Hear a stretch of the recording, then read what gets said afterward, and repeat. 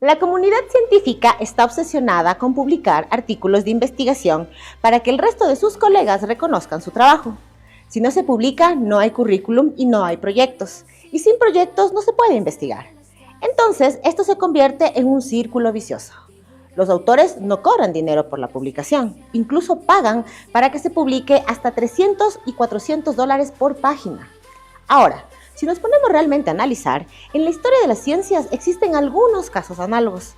En los años 90, el investigador Hendrik Schön de los laboratorios estadounidenses Bell, autor de 16 artículos aparecidos en un lapso de 2 años en publicaciones prestigiosas, parecía haber despegado para revolucionar el campo de los materiales supraconductores.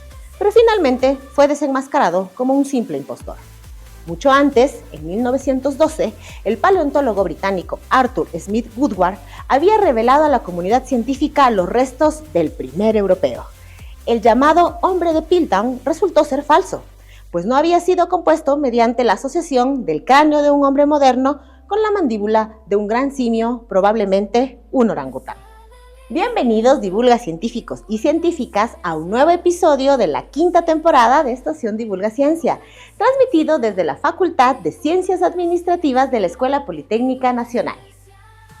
Recuerden que pueden vernos los sábados a las 18 horas en nuestras plataformas digitales y de nuestros aliados OEI Ecuador y CUN Ecuador, y además de este programa se transmite por radio en Cultura FM 100.9 los domingos a las 10 de la mañana.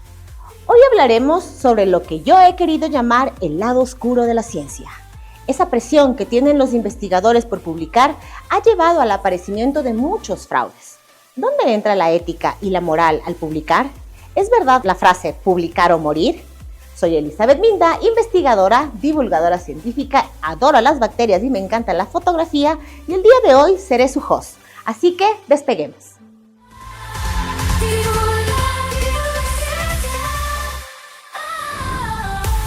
Agudiza tus sentidos, porque Estación Divulga Ciencia está por despegar. Hoy levantamos el telón de un montón de ideas que te harán alucinar. Únete a la tripulación mientras despegamos al infinito y más allá del conocimiento. ¿Listos para la cuenta regresiva? 5, 4, 3, 2, 1. ¡Comenzamos!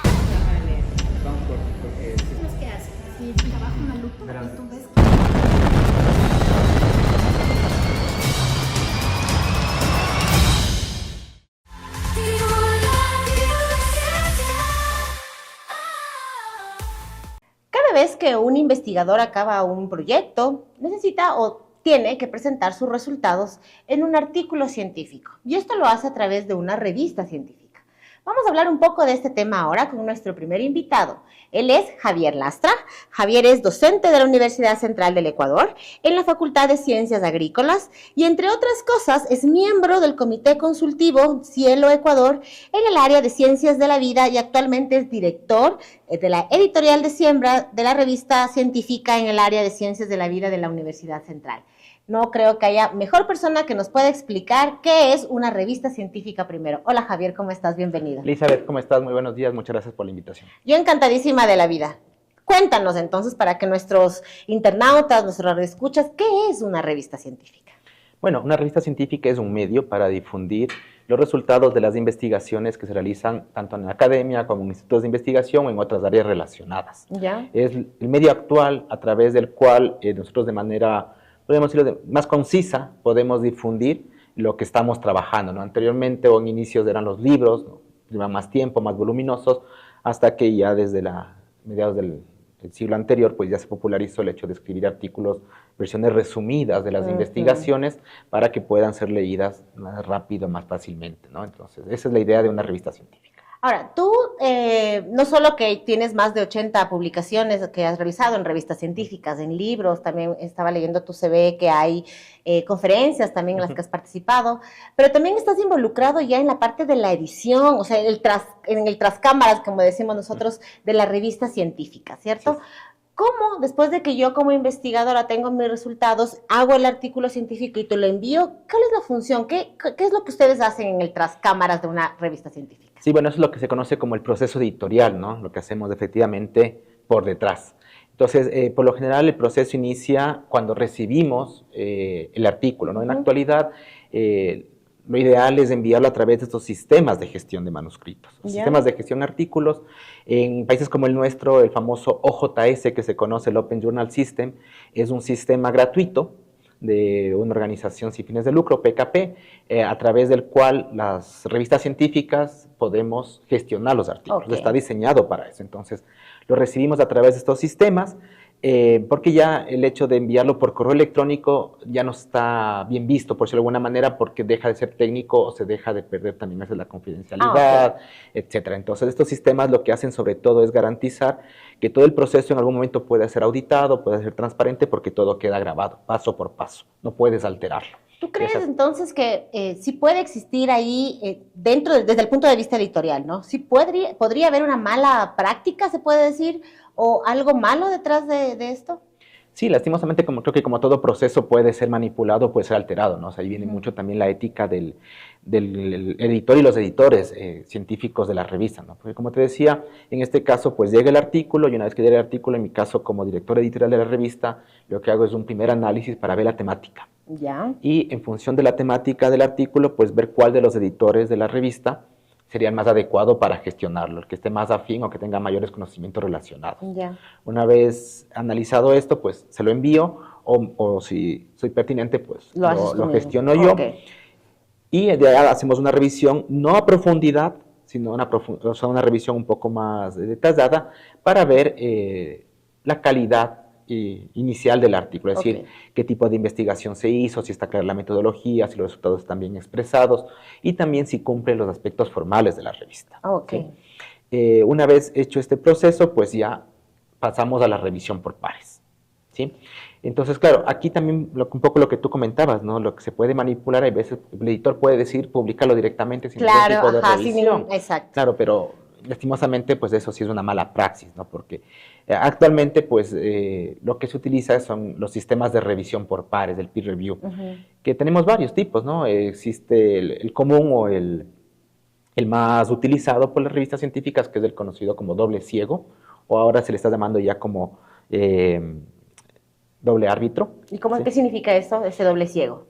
Significa que ni el autor conoce quién le revisa el artículo, ni el revisor conoce de quién es el artículo. Porque, no sé, a lo mejor el artículo llega a las manos de un amigo mío y él va a tener un juicio un poco diferente, me imagino yo, para la revisión. Al final somos personas, ¿no? Y podemos estar influenciados por eso, ¿no? O sea, no necesariamente puede ser que la persona sea muy correcta, recta y decida hacerlo exhaustivamente, pero sí, siempre los sentimientos pueden influir ahí. Claro. Ahora, una de las características que tiene el publicar artículos científicos como tal, recuerden que estamos aquí hablando ya de difusión científica, es precisamente esta revisión por pares, ¿no? Todo artículo científico que pueda llegar a tener calidad debe estar revisado por pares, entiendo yo, ¿cierto? Sí, efectivamente. De hecho, es uno de los criterios principales que toman en cuenta las distintas indexadoras o organizaciones que acreditan la calidad editorial de los artículos, como Scopus, Web of Science a nivel internacional, a nivel más regional, pues Cielo, Redalí, que son las principales organizaciones, la Tindex, tienen como uno de los principales criterios el que se detalle qué proceso de revisión se utiliza. Como te decía, el más común es el doble ciego, aunque también muchas revistas están ya mudándose hacia lo que es revisores abiertos, ¿sí? En el cual pues todo el tiempo se conoce quién revisa, e inclusive cuando se publica el artículo se indica en los créditos. Sí, exacto. Yo he visto eso. Antes eso no era muy común, exacto. Y ahora te venían obviamente el título, los autores y bueno, la investigación como tal. Pero sí hay un apartado ahora que he visto chiquito en el que ponen revisores y ponen el nombre de las personas. Exactamente. Inclusive algunas revistas también están ya poniendo a disposición como anexos o como material suplementario las revisiones de los revisores. Para que la gente también pueda valorar. Más transparencia. Más transparencia, perfecto. Sí es cierto que también pues el revisor puede en algún momento generarle ciertas reticencias, ¿no? Por evitarse conflictos Bueno, pero se mucha supone razón, que si ¿no? tú haces un buen trabajo como revisor, en teoría no debería haber... Sí, es irle perdiendo el miedo también Ajá, a eso, a transparentar lo que estamos haciendo. claro. Mira, yo tengo un dato interesante que había estado buscando esta información para hacer este programa, y dice que el Instituto del Cáncer, Dana-Farber, una prestigiosa escuela de enseñanza en Harvard, está tomando medidas para retractar 6 estudios y corregir otros 31 después de unas acusaciones de manipulación de datos. Esta medida se produce después de que un biólogo molecular publicara en una entrada en su blog que existieron investigadores que falsificaron datos mediante la manipulación de imágenes. ¿Tú te has encontrado, por ejemplo, con este tipo de cosas? ¿Por qué está ocurriendo? ¿O por qué tú, desde tu experiencia, crees que está ocurriendo? ¿Por qué llevan los investigadores a tal vez esta falsificación de datos? Desde tu experiencia, obviamente. Sí, bueno, no lo he vivido directamente, pero creo que mucha de esta situación se da por la presión por publicar y el hecho de que la tradición ha sido publicar lo que se considera positivo o exitoso, aquello que tiene un resultado con una hipótesis alternativa que se comprueba, aquello que sobresale, pero se ha dejado de lado de publicar todo aquello resultados negativos, entre comillas, ¿no? Así que al final no tuvo efecto un tratamiento, ningún experimento, y de esa manera, pues eso queda en el cajón oculto y es información que se pierde, y adquiere también es conocimiento. Claro, porque al final, y es algo que también habíamos hablado en algún momento, la ciencia tiene incertidumbre, ¿no? La ciencia también puede equivocarse en algún punto. No podemos tener a la ciencia en ese pedestal perfecto, sino más bien este tipo de cosas que se presentan, no llamémoslo errores, sino a lo mejor fracasos también podrían ayudar en el conocimiento o aumentar el conocimiento dentro de la ciencia. Efectivamente, o sea, estos fracasos que comúnmente se le dice, pues es conocimiento y nos ayuda o nos guía a saber por dónde no tenemos que ir.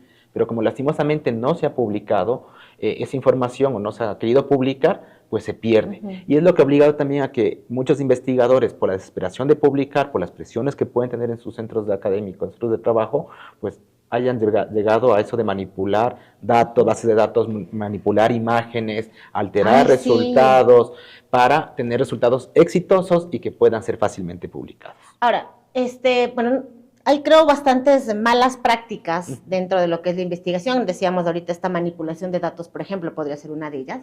Pero ya dentro de lo que son las revistas científicas ha aparecido últimamente una terminología que es la revista depredadora. Cuéntanos, Javier, ¿qué es de esta revista depredadora? Bueno, a breves rasgos, una revista depredadora es aquella que no tiene un proceso editorial serio, realmente obvia o omite la revisión por pares, o lo hace con revisores amigos en corto tiempo, y sobre todo, al final de cuentas, lo que te pide es un pago. Es solo dinero a la final. Termina siendo un negocio, efectivamente. Entonces hay muchas revistas, sobre todo, hay, por ejemplo, hay páginas web que te dan listados de revistas depredadoras, ¿no? Justo te iba a decir, ¿cómo identificar? Porque, no sé, hay momentos en los que las personas que de alguna manera estamos relacionados con el ámbito científico, recibimos muchos correos electrónicos de revistas, de nombres de revistas, de participa en esta revista, usted que es un gran investigador y sus resultados son súper perfectos, publique con nosotros. Así es. ¿Cómo realmente identificamos una revista depredadora de una que no lo es? Bueno, una puede ser por estos mismos correos que primero cuando te dicen... Cuando son tan pomposos, no. Tan pomposos, o sea, te dicen, he leído tu artículo no sé cuánto y quisiera que nos envíes otra versión o nos envíes en inglés, en otro idioma, ya ahí nos da. Luego también, a mí me ha pasado, ¿no? Yo soy ingeniero agropecuario, luego me especialicé en temas ambientales, pero a veces me llegan invitaciones a publicar en revistas del cáncer, en revistas de geología. O sea, temáticas que no tienen absolutamente nada que ver con tu campo de acción. Ya, para empezar, eso ya es una revista depredadora, ¿sí? Porque está buscando donde sea meterse. Luego también otra característica de estas revistas es que suelen presentar en sus páginas web lo que se conoce como métricas falsas, ¿no? Es decir, supuestos índices de calidad, índices de impacto, distintos realmente a Scopus, Web of Science, y que por darte un número, pues ya quieren venderte esa idea de que están rankeadas, de que son de cuartiles, que es lo que realmente hablamos. Tú puedes publicar y vas con eso también a tener una buena publicación. Así es. Entonces, por un lado, como te decía, el proceso editorial es espurio, no está claro, buscan cobrar y luego se hacen eco de estos correos o de estas métricas falsas para intentar engancharte o convencerte, ¿no?, de que publiques con ellos. Claro, pero ahora, hablando también desde el punto de vista económico, lamentablemente, bueno, yo estaba leyendo un dato que decía que al menos 10 millones de dólares han recibido anualmente, bueno, creo que era un poco más, revistas como Science, como Nature, por publicar. Hay que comentarles a nuestros radioescuchas, internautas, yo les decía que realmente el investigador es el que paga por esa publicación, que puede ser entre 300 y 400 dólares por página, y este dinero realmente, ¿qué pasa? O sea, ¿qué es lo que se hace? ¿Por qué? Obviamente el investigador lo hace con esa idea de que el artículo sea libre, ¿no? Sean open access, como decimos nosotros. Hay otras que cuando no tienes dinero, pues lo ponen para que la persona que quiera leerlo se lo descargue y tenga un costo. ¿Por qué tiene que tener este costo el publicar una revista, en una revista? Ya, ese, por ejemplo, es una de las grandes críticas, ¿no?, al sistema actual que se le hace, ¿no? Cuando se lanzó el tema del acceso abierto, claro, las editoriales científicas y a las casas consolidadas pues vieron su gran oportunidad para crear este acceso abierto Gold u oro, en el cual, como tú bien mencionabas, pues el autor además paga para que el artículo esté disponible. ¿Sí? Contraviniendo la idea original del acceso abierto de que la ciencia sea gratuita, disponible para todos. Y un poco en qué se basa esto, ¿no? Generalmente, ¿quién financia la investigación? Son los gobiernos, son las universidades, ¿no es cierto? Claro. Los institutos de investigación, exacto, fondos públicos. ¿Quién escribe? Los investigadores que tienen su sueldo de estos. O sea, sí, sigue siendo fondos públicos en su mayoría. Y luego le pagamos a estas editoriales para que nos publiquen el artículo, le pagamos para que lo hagan en abierto, y entonces todo ese dinero que se invierte, al final se benefician terceros. Claro, porque no regresa de alguna manera. No regresa, más bien se sigue yendo, ¿no? Porque en lugar de ese dinero invertir en otros proyectos, en contratar más personal, en laboratorios, estamos pagando para que ese conocimiento que generamos lucre en otras personas, ¿no? Entonces, así que en la actualidad, pues el movimiento de acceso abierto diamante, que se conoce el que no se paga por publicar, no se cobra ninguna tasa, va tomando más fuerza, sobre todo en nuestra región, con iniciativas como Redalic, por ejemplo, que buscan, ¿no?, el fortalecer las revistas científicas para que puedan difundir de manera gratuita y abierta el conocimiento. Hay muchos investigadores que creen que el que tú no pagues en una revista hace que esa revista no sea tan renombrada o no sea tan importante. ¿Cómo lo ves tú desde ese punto de vista? Sí, lastimosamente es la idea que nos hemos creado, ¿no? Pero como te decía, por suerte está cada vez fortaleciéndose más este movimiento del acceso abierto diamante para dar el peso que se merecen también otras revistas, otras iniciativas regionales que avalan la calidad editorial, ¿no? Y que no necesariamente por pagar o porque pertenezcan a estas grandes casas ya asegura su validez, ¿no? O sea, como tú bien mencionabas antes, ha habido retractaciones en grandes revistas como Nature, Science, e inclusive cuando hablamos de revistas depredadoras ya se ha cuestionado los modelos de publicación científica de otras grandes editoriales como Frontiers, MDPI, Indawi, tuvieron que retirar un montón de revistas, ¿no? Porque ya se consideraron depredadoras o con malas prácticas, ¿no? Inclusive justo veía una investigación que salió en estos días que hablaba de que en estas editoriales el 88% más o menos de los artículos que publican son de números especiales, con cortos tiempos de publicación. Y justo iba a esa pregunta. Antes, cuando tú tenías ya tu artículo científico y lo lanzabas a una revista, podías demorarte meses en que haya una aprobación, bueno, entre los cambios y las correcciones que los editores y los revisores hacían. Ahora vemos que hay revistas en las que todo este proceso que tú nos habías hablado es de menos, o sea, semanas podría incluso llegar a ser. Un día, en una semana, en 2 semanas ya están publicados. Desde tu punto de vista, en el trabajo que tú haces, por ejemplo, en la revista Siembra, ¿cuánto crees que es un tiempo, no sé, apropiado para publicar? O para que tú ya tengas, o que el autor al final ya tenga una carta que diga su artículo está aceptado. Bueno, más o menos ahorita los tiempos que manejamos son alrededor de 16 semanas. Ya. Unos 4 meses en promedio, ¿no? Hay algunos que van más rápido, otros que se demoran más, porque sobre todo en el proceso de revisión por pares donde más tiempo nos toma, ¿no? Porque también es solicitarle el apoyo, la colaboración a otros investigadores que no son remunerados, no se les valora ese trabajo y que lo hacen realmente muchas veces por amor al arte, ¿no? Entonces, ahí es donde tal vez más nos demoramos. Luego también depende del estado del artículo, del tipo de revisiones que piden. Claro. Son las más profundas, el autor también se puede demorar más o menos en hacer las correcciones. Porque también tiene otras actividades que hacer. Exactamente, son 2, 3 rondas, a veces solo una, entonces puede variar. Pero más o menos manejamos actualmente 16 semanas, 17 semanas en promedio por este proceso. Creo que es un tiempo que está dentro de los rangos apropiados, ¿no? Inclusive, por ejemplo, en Siembra hemos adoptado un modelo de publicación que busca acelerar este proceso, que es la publicación en flujo continuo. Porque generalmente, o lo tradicional era que tenías que esperar a que salga un siguiente número, claro, tal vez un año después, 2 años después, tu artículo. Ajá. Entonces, con el flujo continuo, ya las revistas pierden esa rigurosidad de número de artículos por número y más bien durante un periodo van publicando todos los artículos que se vayan aprobando en esa época. ¿Crees que eso también, bueno, antes las publicaciones además eran algo estilo libros, ¿no? O sea, eran impresas. Así es. Este avance en el internet, en la creación de páginas web, en donde van a colgar y hay los artículos para que las personas se descarguen, ¿también ha hecho que esta parte que tú dices del flujo continuo mejore? Sí, efectivamente, porque el flujo continuo está para revistas digitales. Ya. Entonces, claro, el internet te da un acceso rápido, inmediato, o sea, yo lo publico y a veces ya al siguiente día tenemos 6, 7, 8 revisiones o descargas del artículo, entonces ya vas viendo el dinamismo que va teniendo, ¿no? Entonces sí, acelera muchísimo esto. Qué genial conversar contigo, Javier. Muchísimas gracias por haber estado aquí en la estación. Solo quiero, no sé, como una parte final, ¿qué mensaje les darías a los investigadores o alguna cosa de no llegar a incurrir en estas malas prácticas de, no sé, lo que hablábamos hace un rato, ¿no? Manipulación o tal vez caer en esto de las revistas depredadoras? Sí, bueno, principalmente el aprender a valorar lo que estamos haciendo, ¿no? A valorar nuestro trabajo, valorar las investigaciones y buscar la revista o el medio que más nos pueda ayudar a que ese conocimiento llegue a quienes serían los principales receptores. Okay. Entonces, ahí muy importante también valorar el multilingüismo, valorar y publicar en nuestro idioma, no dejar de lado eso, no pensar que solo el inglés es todo, ¿sí? Empezar a valorarnos realmente como científicos y no ceder tanto a estas presiones del publish or perish, ¿no? El publicar o perecer. Muchas gracias, Javier, nuevamente por estar aquí. Vamos a un corte comercial y regresamos con la estación. Gracias.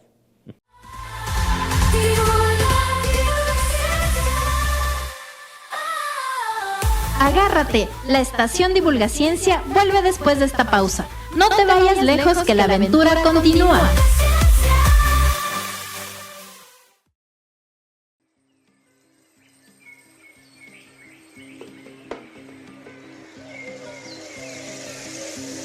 Cultura FM 100.9, la radio de las diversidades. Desde los movimientos sociales en medio de la lucha.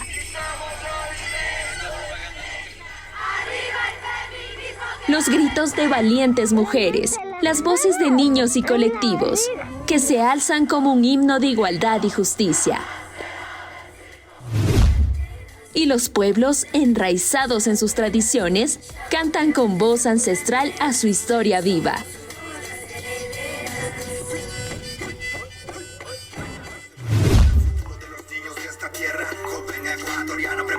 Los movimientos urbanos, vibrantes y rebeldes, llenando las calles de música y alzando la voz de sus luchas a través de su arte.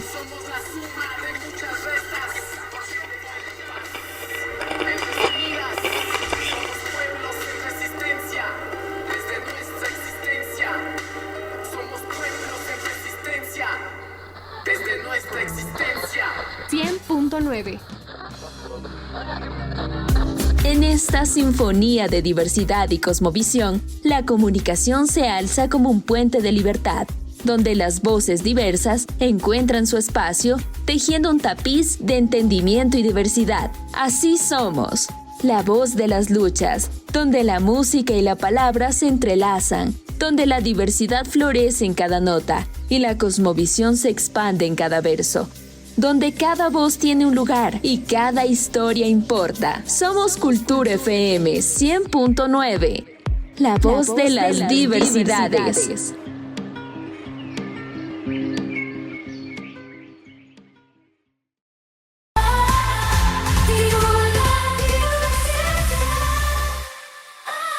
Regresamos. Nos embarcamos nuevamente hacia el asombroso universo de la ciencia y la tecnología.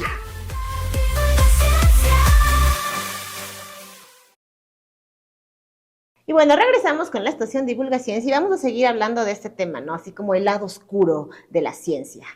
Tengo unos datos interesantes que quiero compartir con ustedes y es que, por ejemplo, los científicos pagaron 1.000 millones de euros a en 4 años a las grandes editoriales para publicar sus estudios en abierto. Un análisis revela que 2 son las revistas que realmente acaparan el mayor porcentaje de estos ingresos y es Scientific Report y Nature. Así que vemos cómo esa cantidad de dinero, lo que hablábamos con Javier hace un momentito, pues es un montón, ¿no? Y bueno, vamos a seguir hablando de este tema y ahora quiero invitar a otra persona a conversar conmigo el día de hoy. Él es Daniel Romero, un gran colega y amigo. Él es médico, PhD en filosofía en ecología de enfermedades infecciosas, docente e investigador de la Universidad Internacional SEC y se especializa en ecoepidemiología de enfermedades zoonóticas y emergentes como la lepra o la trematodiasis alimentaria. Y eso que yo trabajo en zoonosis y no pude pronunciar la palabra. Wow. Es complicado. Hola, Daniel, ¿cómo estás? Eli, qué gusto estar aquí. Felicidades por tu programa. Muchas gracias por la invitación. Estoy súper contento de participar. Qué chévere en realidad tenerte aquí también y hablar sobre todo de estos temas tan polémicos, ¿no? Si bien es cierto, pues cada uno se especializa en la parte de la ciencia en un montón de cosas. Bueno, eso compartimos con Daniel, trabajamos en enfermedades zoonóticas. Sin embargo, creo que estos temas son temas que tienen que ponerse en la mesa para que empiece una discusión, porque es como que lo estamos tapando mucho, ¿no? Por atrás.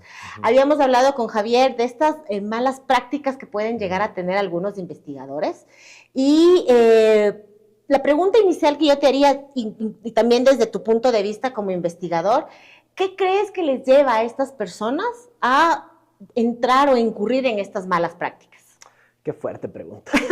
A ver, una cosa súper interesante de este tema, ¿no es cierto? De por qué al final un científico termina incurriendo en estas prácticas. A mí como que me resuena esto muchísimo con respecto a lo que yo pensaba que eran los científicos antes y luego como que abrir los ojos a la realidad y darme cuenta que al final somos seres humanos, todos. Tal cual. Y como seres humanos tenemos que de una u otra manera sobrevivir el día a día. Entonces yo creo que al final el problema de que no funcione bien los sistemas es lo que al final les lleva esto a los científicos. Lo que quería comentar es que yo en el 2014, en el 2010, escribí como un mini ensayo en un blog que teníamos que era El Quinto Pilar. Y en ese blog yo escribí este artículo que se llama La naturaleza de la verdad científica. ¿Ya? Y en este ensayo es bien bonito porque yo menciono cómo los científicos somos rigurosos, el rigor científico, el método científico tratamos de acercarnos mucho a la verdad y no falsificar cosas, porque al final todo el sistema de publicación como está ahorita y como conversaban antes, puede fallar. Entonces alguien tranquilamente puede falsificar datos, falsificar fotos y eso puede terminar siendo publicado. En el 2010 yo pensé que los científicos éramos entrenados para no hacer eso. Pero no. Entonces hoy, 2024, full tiempo después, me doy cuenta de que a la final es una empresa humana y como tal puede ser corrompida. Peor si es que hay necesidades económicas de por medio. Claro que sí, entonces es un problema. Yo tenía unos datos que contarte, bueno, igual en el tras cámaras habíamos estado conversando un poco con Daniel. Hay ciertas páginas, ¿no? Hablábamos también con Javier que hay revistas depredadoras que cuando te llegan, por ejemplo, el correo electrónico, ¿no? Así el de publique con nosotros. O sea, sus datos son importantes, hágalo aquí, algo así. Pero también me encontré, haciendo esta investigación, que hay páginas que se están incluso publicitando en redes sociales como el X, en el que, entre otras cosas, dicen, es que además me parece súper sorprendente, dice, nuestra empresa se especializa en la gestión de publicación de artículos científicos en bases de datos Scopus o Web of Science, de forma rápida, en revistas confiables, evitando las publicaciones depredadoras. Yo creo que ya por ahí empezamos a ver que ya hay algo, no sé, un poco trucho, ¿no?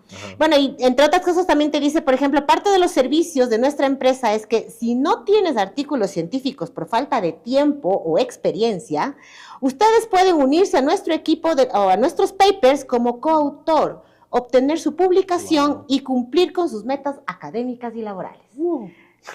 ¿Qué te parece eso, por ejemplo, Daniel?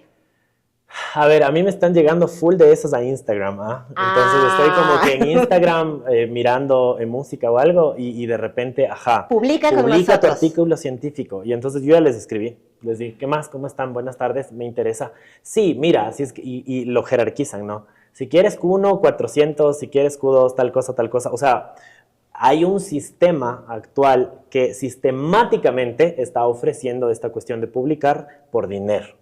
Ahora, ¿qué me parece? Me parece que eso, en vez de ser una problemática como tal en sí misma es un síntoma, ¿va? Porque al final eso existe porque hay una demanda. Claro que sí, Si es que no hubiera una demanda, no existiría esa oferta. Ajá. Y entonces yo creo que el problema real es por qué está esta demanda. Y entonces, antes ya mencionaban esta cuestión del lema por antonomasia, ¿no? Que es esto de publica o perece, publica o muere. Y eso está todo mal porque se debería empezar a valorar a los investigadores como tal, no solo por una métrica de cuántos artículos publicó este año, que es la métrica clásica que se utiliza en Latinoamérica. Claro, para el decir escalafón algo. docente, por ejemplo, los docentes tienen que cumplir con un cierto número de artículos, independiente de calidad, sino más bien cantidad. Exacto, para que no te boten del trabajo. Exacto. Y si es que te botan del trabajo, ya no tienes dinero. Y si no tienes dinero, no puedes mantener a tu familia o pagar tus deudas o lo que sea. Se convierte en un círculo. Entonces, ¿qué hago? Yo necesito ese dinero. Oigan, ¿cuánto costaba el cuno?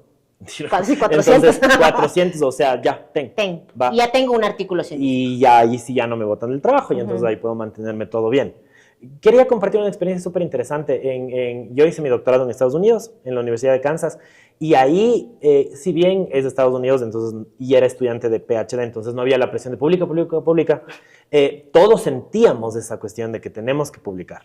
Es como inherente en el espacio. Sí, es como inherente en el espacio y todo, pero yo tenía un colega extremadamente brillante que ahorita trabaja en Brasil, que es Pietro de Mello, herpetólogo, y él en todo su doctorado, que fue como aproximadamente 6 años, solo hizo, o sea, publicó algunas cosas, pero realmente una sola publicación fuerte, de una calidad espectacular. Y entonces él dedicaba todo su esfuerzo a seguir aprendiendo, a seguir creando teorías, a seguir creando hipótesis, no tanto al ejercicio de coger y publicar un artículo en un journal académico. Me parecía admirable su actitud. ¿Tú crees entonces que esto de la presión que tienen los investigadores por publicar es ecuatoriano? O es de la región? ¿O si es en verdad a nivel mundial? No, es de ley a nivel mundial. Existen un montón Yo he visto muchos ejemplos en China, en la que hay todo esto de ventas de autoría, publicación inmediata en revistas raras. Esto es una cosa generalizada. Y muchas de las empresas que se consideran como pseudo predadoras, algo súper interesante que pasa en esto es que editoriales como MDPI o Frontiers se consideran como predadoras por unos, no predadoras por otros. Hay una discusión Hay ahí. una controversia ahí. Y algo que me parece interesante y que es algo que yo trato igual de promover es que a la final, independiente de la revista en la que sea publicada una pieza de información, uno tiene que evaluar la pieza de información en sí misma para decir si es que vale o no vale la pena. A ver, si es que yo tengo datos de muchísima buena calidad, y los quiero, y sé que estos artículos pueden publicarse en el mejor journal que existe, digamos en la revista Nature, El más perfecto, alto. eso es una máquina de científico. Si yo como latinoamericano quiero publicarlo, como tú dijiste los datos al principio de esta entrevista, para publicar mi artículo en Nature, no Nature Communications, en Nature, tengo que pagar como $10,000. Yo no tengo $10,000. A veces eso Mi es un universidad proyecto. no tiene $10,000. A veces eso es un proyecto para un montón de actividades, y eso sí es que te lo dan. Exacto, y entonces, ¿qué hago yo con esto? Me dicen $10,000 por tus datos valiosos. Entonces, como que, ok, no tengo 10,000. No tengo. ¿Y ahora dónde publico? Y entonces estas pseudo depredadoras, como por ejemplo Frontiers, me dice, publica aquí en 5,000. Y es como, está caro todavía. Y entonces MDPI, que es pseudo predadora, me dice, y publica aquí 2,200, que también es full. O sea, es un montón de plata. Ya, dale, voy a publicar en MDPI. Y digo esto porque yo también estoy en medio de la controversia de si es que vale la pena usar MDPI o no vale la pena usar MDPI, porque muchísima ciencia interesantísima está actualmente publicada en MDPI. Exactamente. Hay buenas informaciones ahí en realidad. Hay una enfermedad que se llama melioidosis, que seguro la conoces. Muchísimos artículos claves en el entendimiento de esa enfermedad están en esas revistas. Pero y por ejemplo, Daniel, entonces tú como investigador, ¿cómo seleccionas una revista? ¿Qué es en qué te fijas? Ya verás, entonces para seleccionar una revista ya no tienes que tener en cuenta solo la calidad de tus datos. O sea, es bien interesante. El ejercicio de selección de una revista trasciende del ejercicio de investigar. Para elegir una revista tienes que hacerte algunas preguntas. 1, ¿en qué estado de tu carrera estás? Claro. Por ejemplo, A mis estudiantes les sirve 1000 veces más que publiquen en una revista que publique en inglés y que sea, digamos, extranjera. Ya. Porque enseguida, si es que mis estudiantes, digamos, tienen en su currículum artículo tal en Scientific Reports, les eleva tremendamente su currículum, ¿va? Yo, digamos, que ya tengo cierta experiencia, cierta carrera, yo ya no necesito publicar ahí. Yo puedo publicar en otra revista y yo prefería apoyar una revista local. Plan, a ver, ¿qué revistas hay aquí en Ecuador? Ahorita acabamos de hablar con el Javi del con en Siembra, por ejemplo. Ajá. Hay otra, como por ejemplo la revista de Práctica Familiar Rural. Yo tengo un artículo que publiqué el otro día. Y entonces, algo más local para que llegue además esa información a quien realmente lo necesita, algo así. Y también para promover que revistas que no son las tremendo renombre también pueden publicar ciencia que vale la pena, porque la ciencia debería ser evaluada por el artículo, por la información que tiene ahí, no porque, ay, publica en Science, wow, científicas. Me siento hermosa, sí, soy lo máximo. Te comparto recién lo que vi en un artículo publicado en Nature, no Nature Communications, es que Nature es como que la más grande, Ajá. Nature Communications es más chiquita.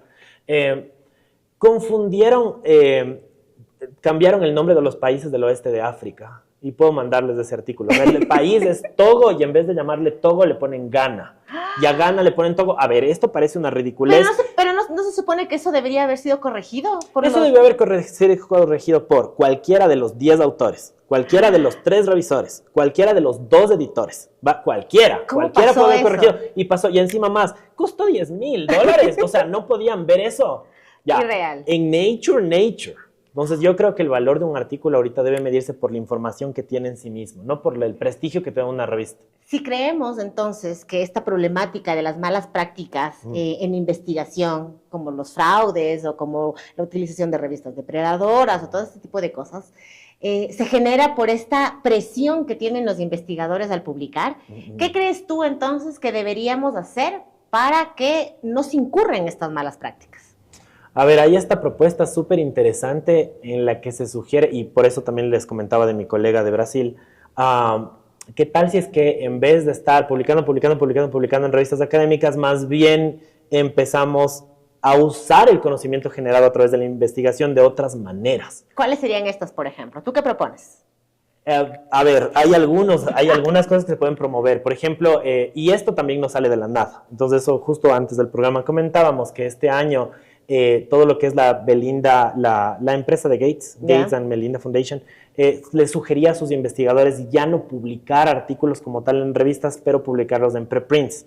Los preprints son repositorios en los que un científico o cualquier persona puede publicar sus datos, y estos datos no han sido revisados por otros científicos. Entonces, a priori no es información fidedigna, porque no ha sido revisada por pares. Exacto. Asumiendo que cuando se revisa por pares, la información ya es fidedigna, asumiendo.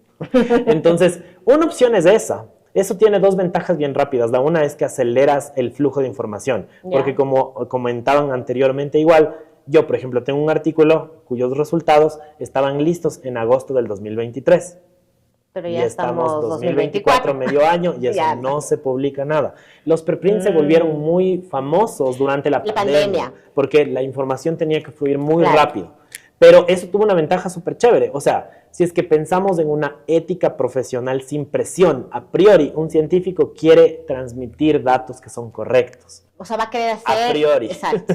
Ajá. Seguimos pensando en esa parte o seguimos con la mente de que seguimos siendo humanos, ¿no? Entonces, todo puede pasar. Totalmente de acuerdo. Pero a priori, la ética de un científico como tal debería estar basada en transmitir información que es correcta, transmitir información que es real. Entonces, una opción sería dejar de publicar en revistas académicas. Entonces, y eso es bastante... ¿sí te das cuenta que es así como, en lugar de la frase el de publicar o morir, ahora es el no publique? ¿No te parece que es como fuerte? No publique en una revista científico-académica. A ver, unos profesionales que yo admiro muchísimo son a los periodistas. Y los periodistas no están publicando en revistas académicas. Los periodistas hacen investigación muy poderosa y la publican en sus diarios o en sus blogs o comparten la información en un montón de plataformas. Válido. Claro, ya no estaríamos hablando un poco entonces de en que el investigador incursione en la divulgación científica más que en la difusión como tal.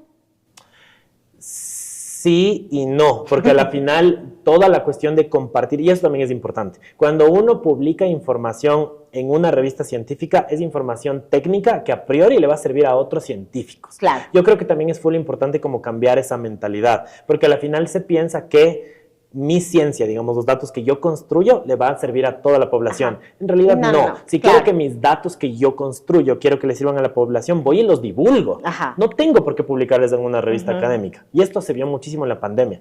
Y por muchísimos periodistas. Por ejemplo, en el Ecuador, los primeros datos de cómo funcionaban las curvas epidemiológicas de COVID-19 se publicaban en los diarios. Ajá, se publicaban en Twitter. Y lo mismo, y esto pasó no solo en el Ecuador, por si acaso alguien diga, es que en el Ecuador... No, en todo el mundo era así.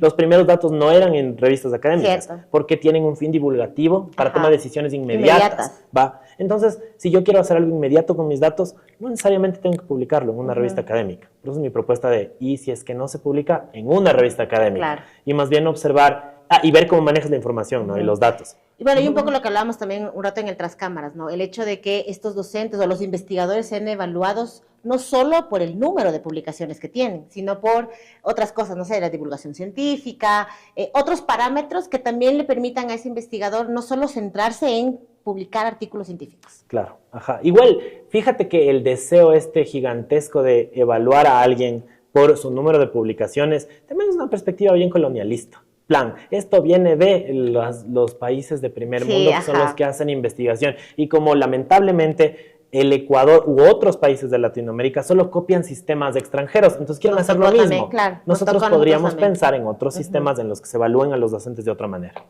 Algo más de acorde a nuestra realidad. Totalmente. Qué bacán, Dani. Muchas gracias por acompañarme el día de hoy. Nada más de una última pregunta.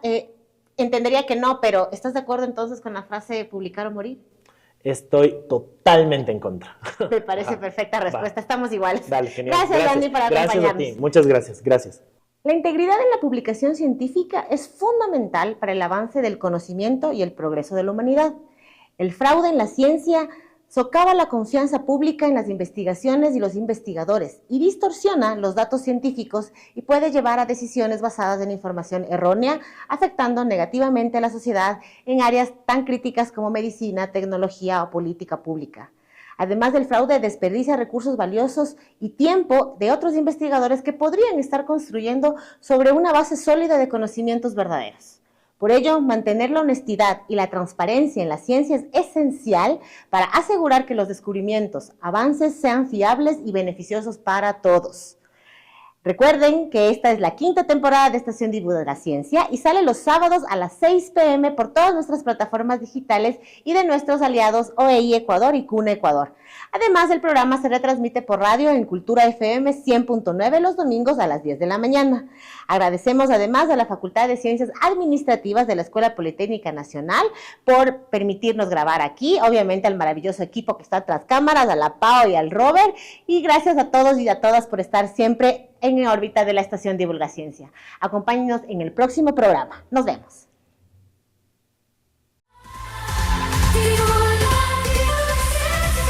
¡Qué viaje! Pero la curiosidad nunca duerme, así que mantén tu atención porque la siguiente semana regresaremos a la Estación Divulga Ciencia, donde cada pregunta es el comienzo de una nueva aventura.